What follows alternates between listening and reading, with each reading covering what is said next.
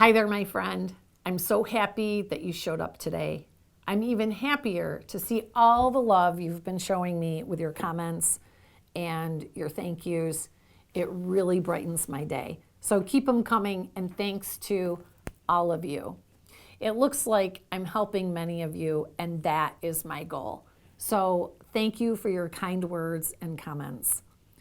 My name is Debra, and I have taught the highest level courses for the Alzheimer's Association for several years. I've taken every course I could find regarding Alzheimer's and dementia and cognitive impairment. I've worked with hundreds of patients and their professional and family caregivers, providing guidance, training, tips, and strategies. Over the course of my 15 plus years of dementia experience, I've tested all sorts of techniques, and that's why I share the winners with you. I want to save you the headaches and the letdowns. I want to save you precious time, and I want to help you preserve your relationships. I believe that when you have a gift or a talent, it is your obligation to share your knowledge with others. Dementia is my passion. It's my life's purpose. My mother had Alzheimer's for nearly 20 years. So I've experienced the personal and the professional side of dementia caregiving. Combining all of my years of education, career, and personal experiences has brought me right here to you. The need for dementia advice and guidance is rampant. It is systemic. So once again, I'm glad you're here. The fact that you are means that you want to learn how to develop the skills needed to care for someone with neurodegeneration. And it does take skill. So let's work on those skills. Are you ready? All right, here we go. Comfort. What does comfort mean? To be comforted? Comfort, a state of physical ease, the easing or relieving of a person's feeling of grief or distress. So, when you're comforting someone, it could be for many reasons. They may be frustrated, crying, or even verbally or violently lashing out. The level of their distress can be really, really high, or it could be fairly low. Different reasons for giving comfort are going to be treated differently. So I'll pick a few different levels of emotion and we'll discuss them. There are also some role-playing videos that show different techniques to use. So even if the title or situation isn't the same as your situation, you'll still get great ideas and techniques from each and every role-play video. So watch them, all of them. Let me tell you that comfort is communication.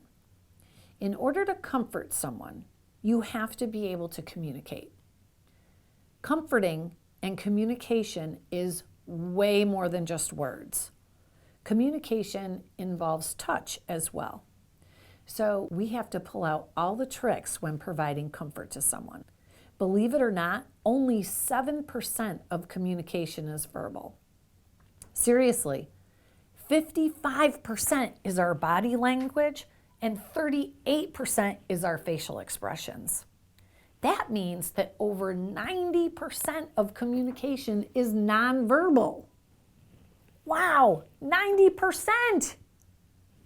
People will react to how the information is delivered before they process what is verbally said to them. Don't you find that interesting? I do. I think that is simply amazing. So with that being said, when you're trying to provide comfort for a person with Alzheimer's or dementia, make sure that your body language and your facial expressions match the words and tone of your voice. Look directly into their eyes, rub their back or stroke their arm and hand. Get down to their level and don't tower over them. And if you follow Dottie Dementia, you already know how she feels about that. All right, so watch your body language and your face. If you've got a migraine and your face is all screwed up, you're probably not going to get very far with your person with dementia. The first rule of comforting someone is to never make it sound like they are being unreasonable or overly emotional. Because if you do, you'll only make it worse, much worse. It doesn't matter if what they are feeling is justified or not. What matters is that they are upset. Their emotions are high.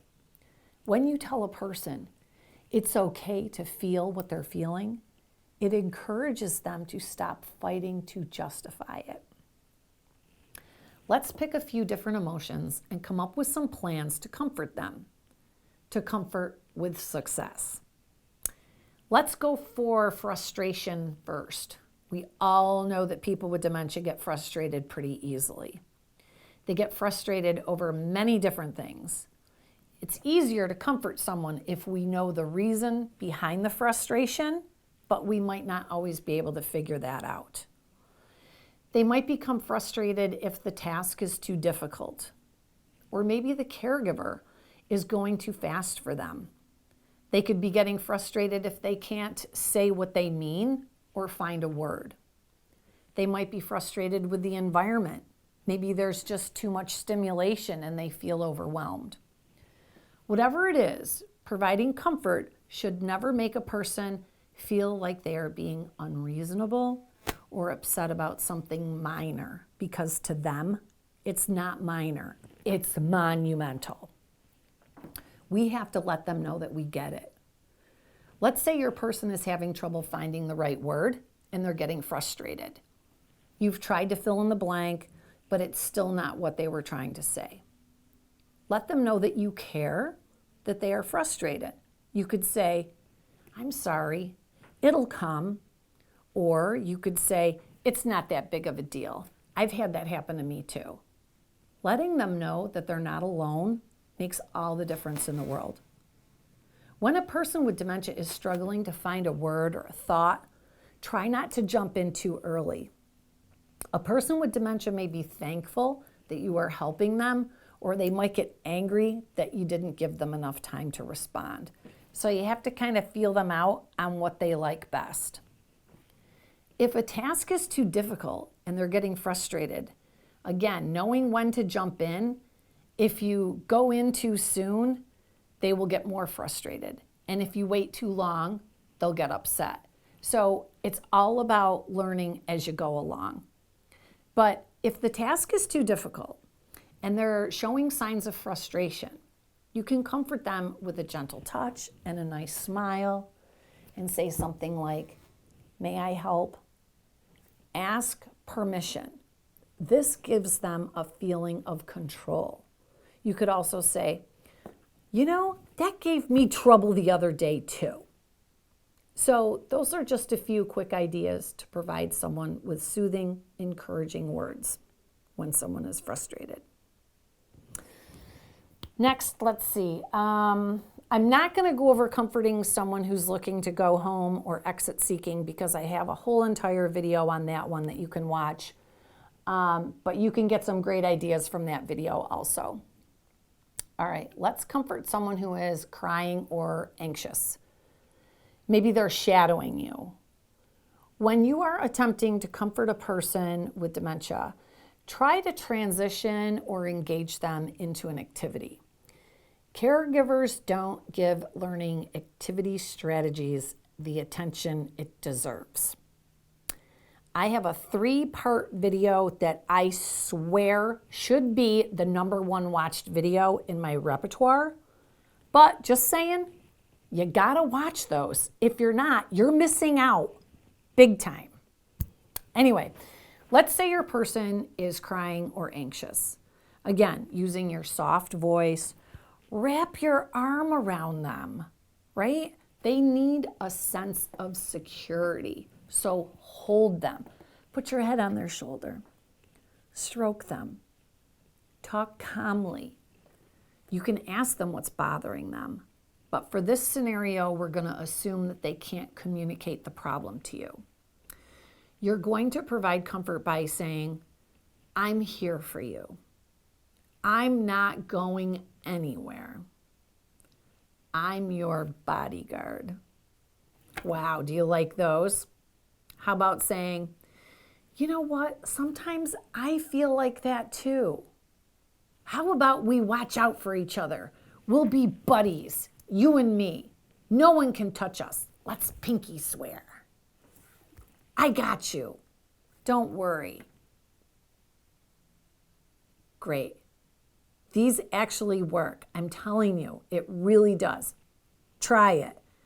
You've got to stop and put all your concentration and energy into it when you're consoling someone.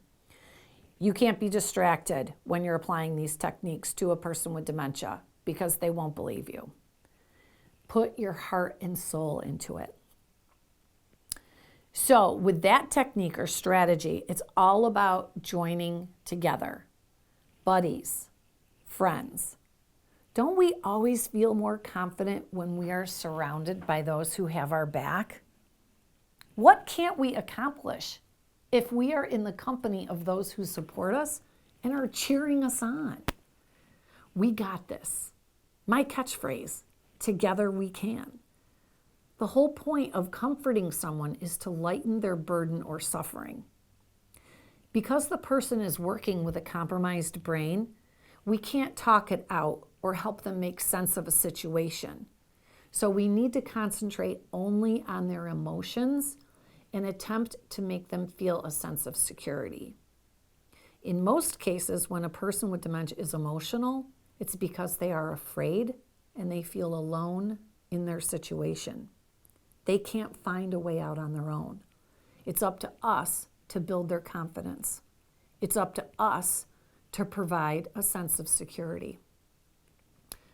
When you're comforting and you just really don't know what else to say, just say, I'm here for you. I love you.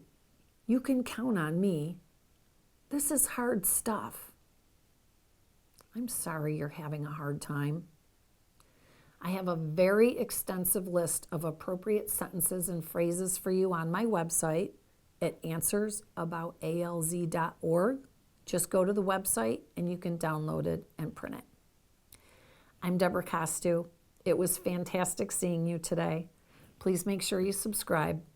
When you hit that subscribe button, all it does is put our new videos in your feed when you open up YouTube.